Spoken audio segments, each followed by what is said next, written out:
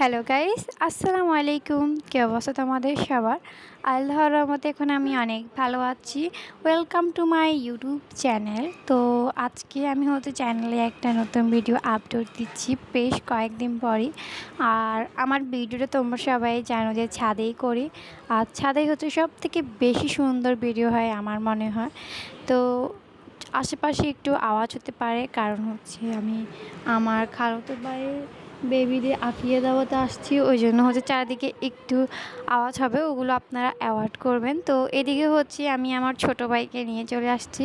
আপনারা তো দেখতেই পেলেন ও আমার সামনে কীভাবে ঘুরপাক খাচ্ছে। আমি যখনই নতুন নতুন কিছু করি না কেন, মানে কিছুই যেটাই করি না কেন, ও আমার পিছে পিছে সারাক্ষণ থাকে।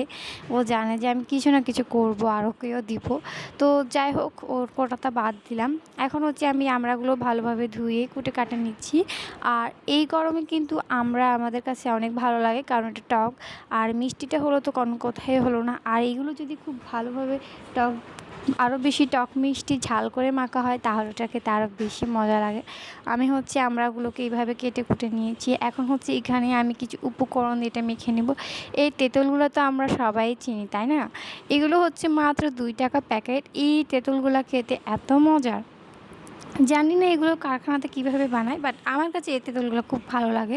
আমি তেমন একটা বেশি আচার খাই না, তবে এই তেঁতুলের আচারটা আমার কাছে অনেক বেশি ভালো লাগে।